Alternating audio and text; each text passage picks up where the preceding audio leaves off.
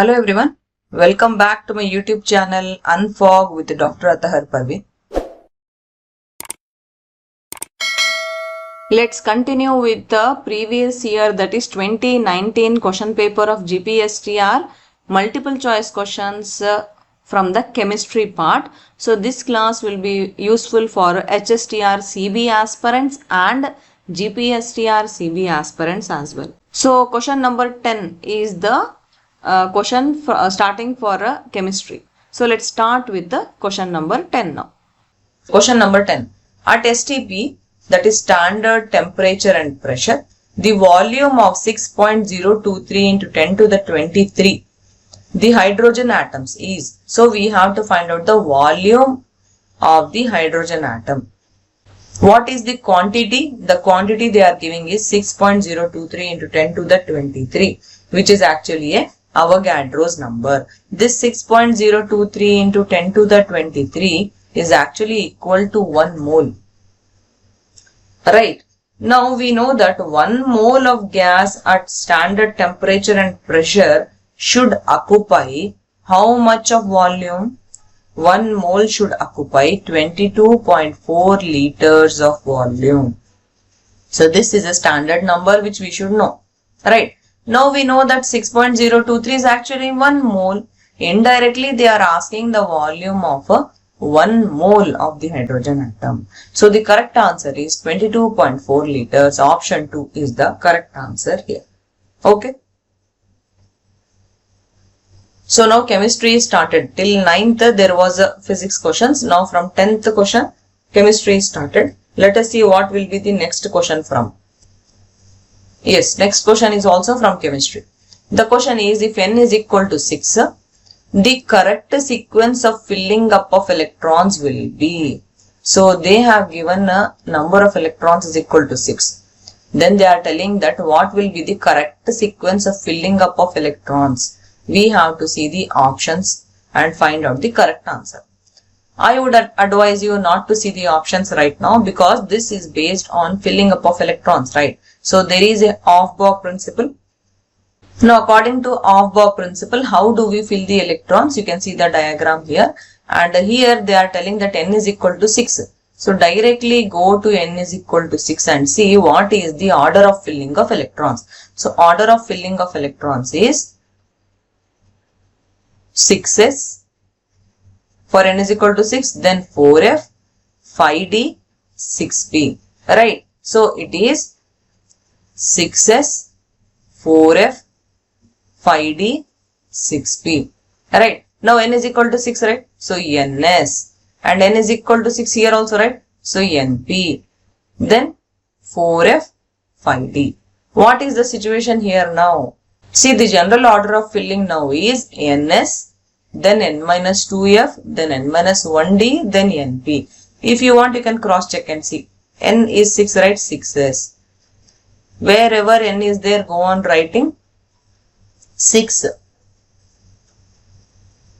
Then you will get 6s, 4f, 5d, 6p. Whether this is matching with our Aufbau principle for n is equal to 6? Of course it is matching. So that's why option 3 will be the correct answer here.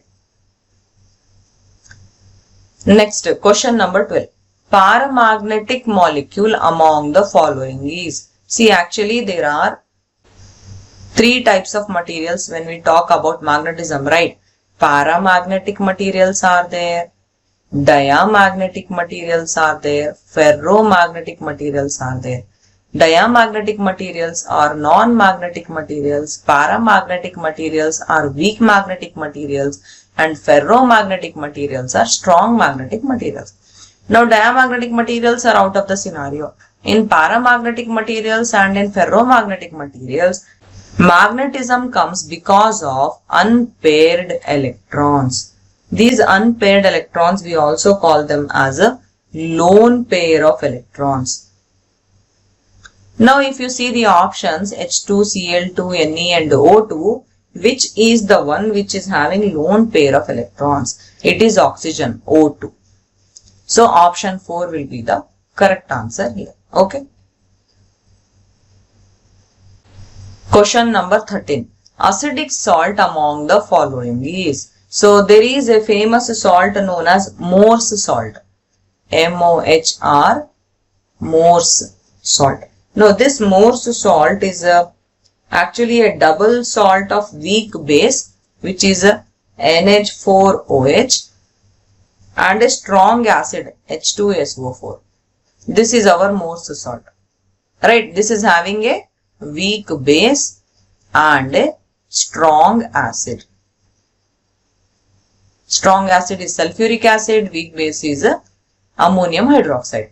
Now this option 2 is having this, which is H2SO4 and NH4OH. We call it as a Morse salt. It is a acidic salt. Okay.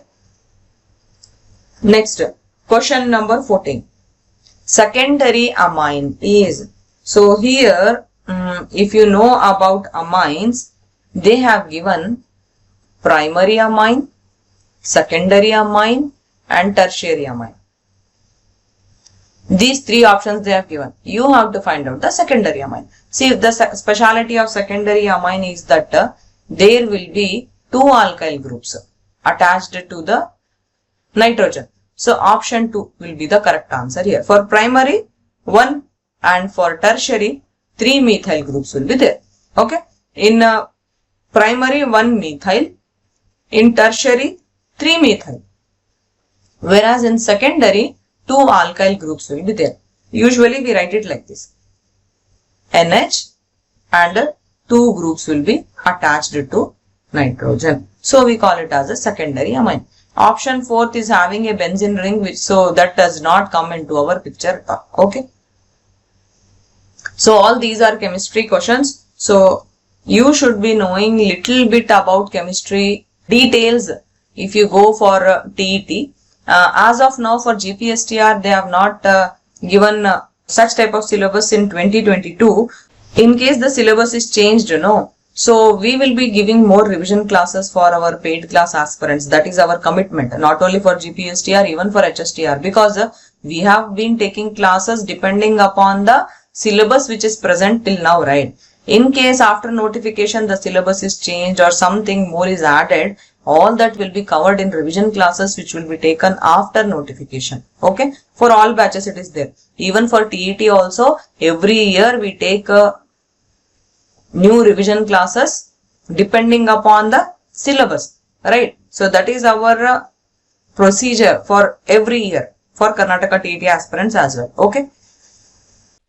Next, question number 15. The compound that is more reactive towards SN1 is. So this SN1 reaction means it is a such reaction which is having more stable carbocation.